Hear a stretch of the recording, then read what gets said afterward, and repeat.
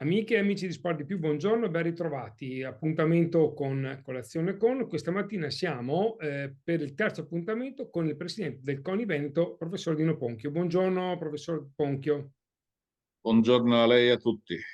Allora, l'altra volta abbiamo già fatto due appuntamenti per dare visibilità a quello che è l'attività del CONI.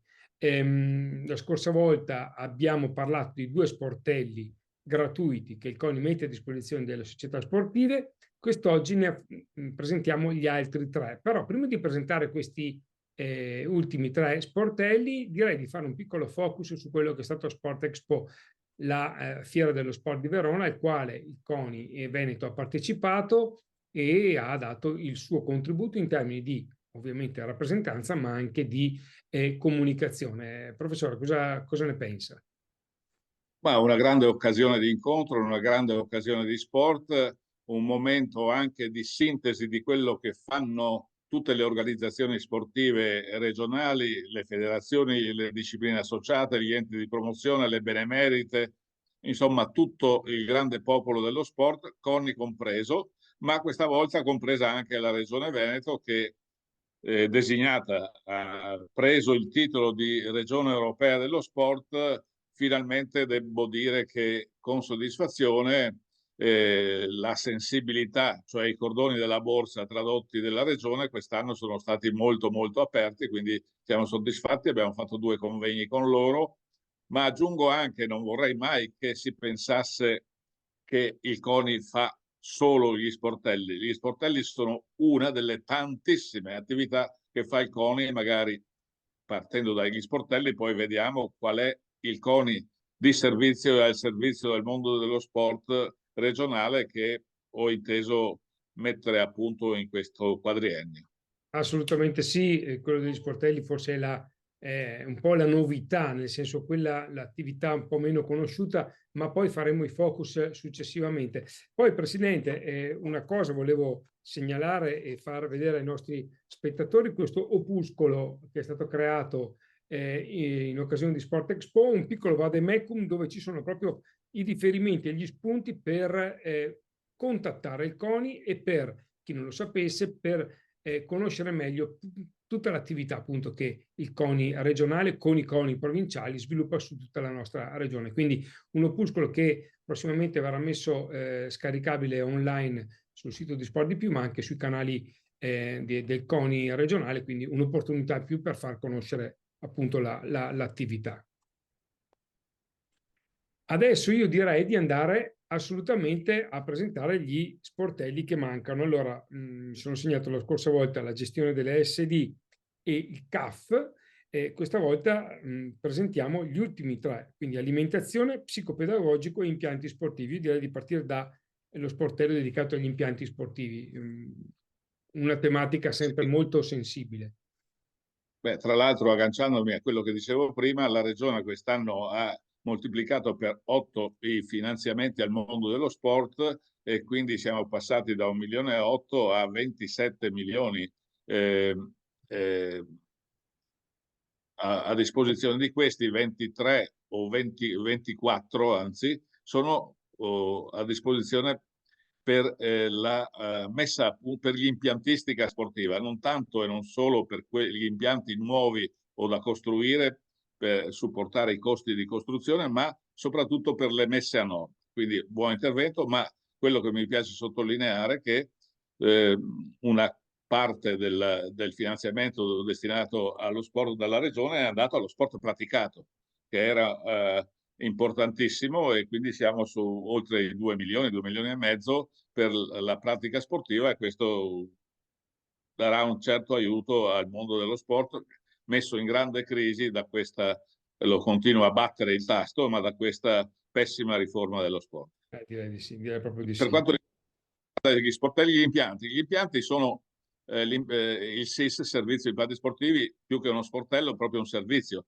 Ogni realtà, enti pubblici nel 98% o nel 99% dei casi, o privati che intendono mettere mano, costruire, rinnovare, modernizzare, ristrutturare impianti sportivi, sanno che debbono obbligatoriamente, ma ma non solo perché è un obbligo, perché è giusto che sia così, passare per il CONI, per il parere del CONI, che è sia condizione indispensabile per avere finanziamenti pubblici, sia condizione necessaria perché una costruzione diventi diventi impianto sportivo, dove si possono ospitare le attività riconosciute dal CONI. Perché si possano fare in pratica manifestazioni, ci deve essere il parere del CONI, e lo facciamo volentieri. È un servizio praticamente gratuito come gli altri. Qui c'è un costo di segreteria, ma a livello dei 50 euro per un impianto che magari costa milioni, ma lo facciamo volentieri, e soprattutto quello che ho constatato in questi ultimi 2 anni è una ripresa significativa dei lavori di ammodernamento, messa a norma, ma anche di nuovi impianti sportivi. E qui, insomma, anche i riferimenti sono Gabriele Bassi, ma poi dopo, ripeto, nell'opuscolo ci saranno poi tutti i riferimenti a Gabriele Bassi, che insomma da anni segue proprio questa tematica. Sì, beh, nel sito del CONI Veneto, facilmente reperibile, ci sono tutte le pagine dedicate, soprattutto per gli sportelli. Gli sportelli hanno anche un telefono verde, gli sportelli hanno una mail dedicata, arrivano molte richieste anche per lo sportello degli impianti sportivi. Poi rimangono le due spine sul fianco che ho io come sportelli, che sono quelli a me come insegnante, allenatore, erano molto cari, che li ho costituiti con l'aiuto di grandi professionisti, amici, con grande voglia e impegno, ma che funzionano poco, che sono lo sportello psicopedagogico per tutte le tematiche che afferiscono alla psicologia dello sport classica, allo stress, l'ansia, eccetera, eccetera, ma anche e soprattutto, quando li abbiamo fatti per i ragazzi che erano tormentati nell'uscita o nella permanenza prima e nell'uscita dal Covid, ma anche per i problemi dell'età evolutiva, sportello coordinato dal professor Bonas, che, avendo come target le famiglie, i genitori, i ragazzi, gli allenatori, un target a cui come CONI io non arrivo.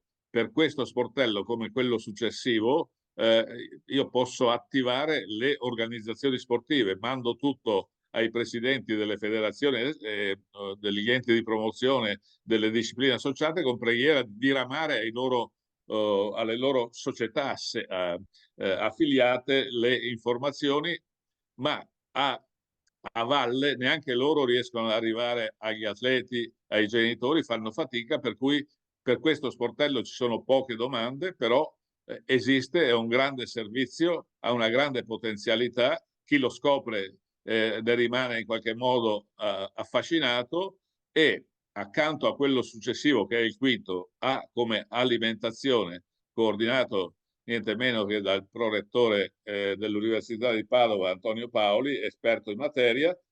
Anche qui abbiamo poche richieste sul problema degli integratori dell'alimentazione prima post gara, prima post allenamento, su tutte le problematiche della corretta alimentazione. Abbiamo poco richieste, perché la stessa cosa è dedicato a atleti, e quindi chi ci sta dietro, allenatori e famiglie, e facciamo fatica ad arrivarci. Io spero, anche con l'aiuto di questo mezzo di comunicazione, che si possa innescare un meccanismo di attivazione di questi due sportelli a cui tengo molto. Anche perché sono tematiche che, come diceva lei, toccano le famiglie e insomma se ne parla tanto, sono diventate sempre più importanti e quindi è giusto fare un'azione molto più massiccia per far entrare forse anche nella cultura delle famiglie queste due tipologie di materia legata al mondo dello sport, perché di fatto non può esserci sport se non funziona bene l'alimentazione e non ci può essere sport se non funziona bene anche l'aspetto psicologico e formativo. Corretto? Sì, certo. Sì, il problema è che se non sanno che ci sono questi servizi che sono gratuiti, fanno fatica anche a utilizzarli, per cui benvengano le occasioni come il Depliant, che sarà a disposizione sia cartaceo ma soprattutto online sul nostro sito, dove sono descritte bene i contenuti degli sportelli e come utilizzarli, e soprattutto è descritto bene anche un altro degli rami d'azienda CONI regionale, che è la Scuola dello Sport, che è il nostro fiore all'occhiello, diciamo. Bene, Presidente Ponchi, allora nel nostro piccolo grande lavoro che stiamo facendo cercheremo di essere un veicolo per promuovere e per diffondere queste tematiche e per far conoscere questi servizi che il CONI offre. Come diceva prima lei, non sono solo gli sportelli, i veicoli con cui il CONI aiuta le società sportive. Nel prossimo appuntamento andremo ancora più a fondo, andremo ad analizzare altre tematiche a lei care e assolutamente molto interessanti per tutto lo sport veneto. Intanto la ringrazio e le auguro un buon lavoro. Grazie, alla prossima. Ciao a tutti.